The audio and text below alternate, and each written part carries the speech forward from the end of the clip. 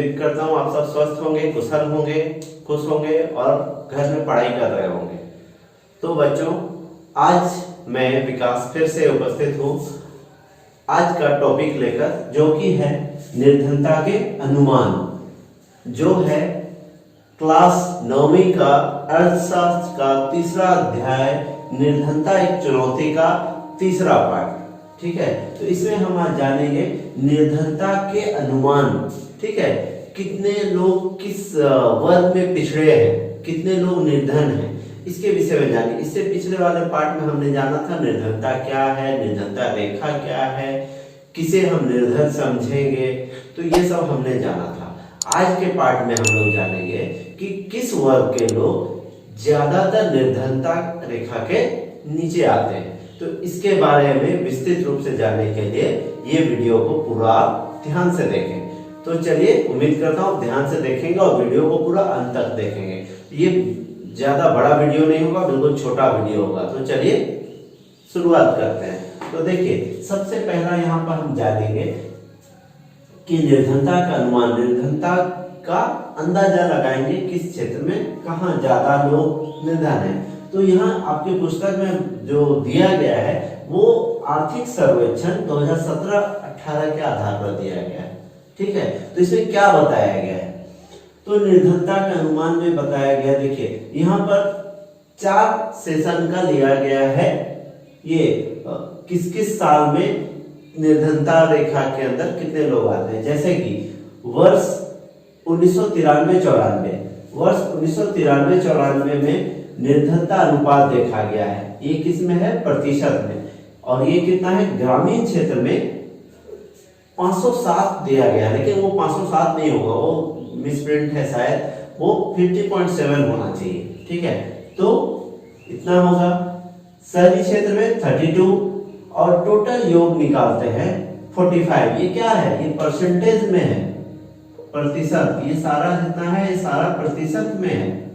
ठीक है, यानी कि 100 में इतने, यानी 100 में कितने लोग निर्धनता की रेखा के नीचे थे, 45 लोग।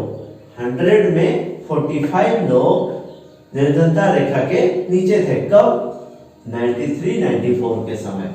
ठीक है, धीरे धीरे 2004 और 5 में 10 साल बाद निर्धनता में कुछ कमी आई, वो हो गई 37%।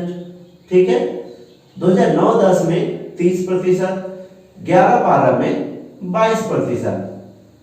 तो ये है शहरी प्रतिशत, ये ग्रामीण प्रतिशत, ये शहरी प्रतिशत। और दोनों का योग करके अगर देखते हैं, शहरी और ग्रामीण दोनों को मिलाकर अगर देखेंगे तो ये उनका योग है। तो देखिए आप, यहाँ पर निर्धनता जो है घटते हुए दिख रहा है आपको। ठीक है, अब आते हैं हम लोग निर्धनों की संख्या। इधर क्या था, निर्धनता का प्रतिशत था। इधर आप देखिए निर्धनों की संख्या, संख्या किसके आधार पर निकाला जाता है, पूरे जनसंख्या पर निकाला जाएगा कितने लोग निर्धन हैं। अब यहाँ पर आप देखिए कि यही 1993-94 में ग्रामीण कितने थे, 329 करोड़ में है ये। ठीक है, 329 करोड़। ठीक है, शहरी क्षेत्र में 75 करोड़, ग्रामीण में अगर 2004-5 की बात करें 326, शहरी में 81, 9-10 में ग्रामीण 278, शहरी 76, 11-12 में ग्रामीण 217, शहरी 53। अगर संयुक्त योग की बात करें, टोटल ग्रामीण और नगरीय दोनों को मिला दिया जाए तो 93-94 में 404, 2004-5 में 407, 2009-10 में 355, 2011-12 में 270। अब यहाँ पर देखिए आप, यहाँ प्रतिशत तो घटता हुआ दिख रहा है ना, लेकिन यहाँ पर देखिए जो योग है, योग लगभग यहाँ पर सेम दिख रहा है, दोनों में लगभग सेम, बाकी तो धीरे धीरे घटा है, लेकिन यहाँ पर सेम दिख रहा है। ऐसा क्यों, क्योंकि देखिए आप कि इस समय 2093-94 जनसंख्या कितनी थी, और यहाँ पर जनसंख्या जो नेक्स्ट आया 2004 में, जनसंख्या भी तो बढ़ा है, साथ साथ प्रतिशत घटा हुआ दिख रहा है। ठीक है, लेकिन यहाँ पर जनसंख्या जो लोगों का संख्या है वो भी बढ़ा है साथ ही साथ, ठीक है। तो यहाँ पर प्रतिशत में कमी तो दिख रहा है, लेकिन यहाँ पर प्रतिशत में यहाँ संख्या जो है, संख्या कमी उतना नहीं दिख रहा है। क्यों? क्योंकि प्रतिशत तो पे जनसंख्या बढ़ गया तो जनसंख्या प्रतिशत तो उतना आएगा, लेकिन संख्या तो वही रहेगा ना।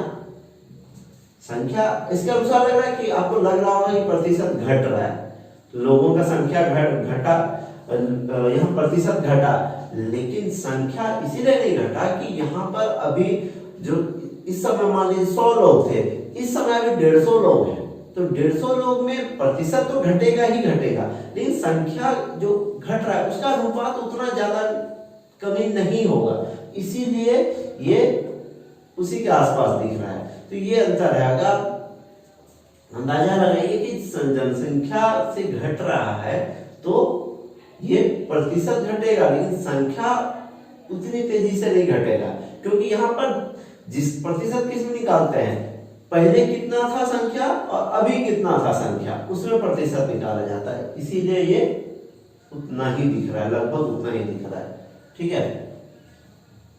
अब यहाँ पर देखेंगे हम लोग असुरक्षित समूह। असुरक्षित समूह किसे कहेंगे?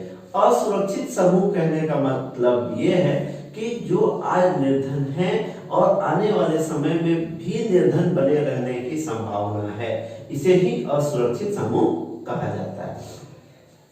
तो इसे हम एक दंडालेख से समझेंगे। ये है दंडालेख, ठीक है। तो यहाँ पर आप ध्यान से देखिए, ये है भारत में निर्धनता 2011-12 के अनुसार। तो यहाँ पर देखिए सबसे ज्यादा आपको कहाँ पर सबसे ज्यादा निर्धन लोग दिख रहे हैं, ये है अनुसूचित जनजाति। ये कितने लोग हैं? ये भी प्रतिशत में है, ये 43% लोग, 43% लोग क्या है? अनुसूचित जनजाति से हैं, ठीक है। फिर कहाँ है उसके बाद? अनियमित कृषि श्रमिक ग्रामीण, अनियमित गैर कृषि श्रमिक शहरी, ये दोनों 34। तो इन दोनों में देखिए कि सबसे ज्यादा लोग जो हैं वो निर्धन हैं, और उसके बाद फिर अनुसूचित जाति, और उसके बाद भारतीय निर्धनता अनुपात का औसत है जो 22 है। लेकिन इन सब जो जातियां हैं, अनुसूचित जाति, जनजाति, अनुसूचित जाति, अनियमित कृषि श्रमिक, अनियमित गैर कृषि श्रमिक शहरी जो हैं, इन सब में जनसंख्या जो निर्धनता जनसंख्या का अनुपात वो ज्यादा है, ये लोग ज्यादा निर्धन है। इसीलिए हम बताया भी गया है कि ज्यादातर असुरक्षित समूह अनुसूचित जाति जनजाति के परिवार हैं तथा आर्थिक वर्ग में ग्रामीण कृषि श्रमिक और नगरीय अनियमित मजदूर हैं, ठीक है। तो वो आपको यहाँ पर साफ साफ दिख ही रहा है। तो यहाँ पर हम देखेंगे कि ज्यादातर निर्धन लोग किस वर्ग से संबंधित होते हैं? अनुसूचित जनजाति या फिर अनुसूचित जाति। और जो अनियमित श्रमिक हैं, जिनको रोजगार हमेशा नहीं मिलता है, कब आज काम कर रहे हैं तो कुछ दिन बाद काम नहीं करते हुए पाए जाएंगे, ठीक है, उनका काम का कोई भरोसा नहीं होता है, ऐसे लोग निर्धन बने रहते हैं, इसलिए ये लोग असुरक्षित कहे जाते हैं, ठीक है। तो यहाँ पर एक इस असुरक्षित जो निर्धनता के असुरक्षित होने का जो एहसास कराया गया है वो एक कहानी से बताया गया है, वो है शिवरमन की कहानी। आपके बुक में दिया गया है एक चित्र, देखिए आप, ये जो चित्र है ये शिवरमन की कहानी है। यहाँ पर एक आप चित्र देखेंगे, ये शिवरमन की कहानी। तो शिवरमन कहाँ है? करूर कस्बे में रहता है। कहाँ का है? तमिलनाडु का एक है, ये ग्रामीण है, जिसके घर में बहुत सारे लोग, परिवार में बहुत सारे सदस्य हैं, जिनके खुद, और इन सब का जिम्मा किसने उठाया? शिवरमन ने।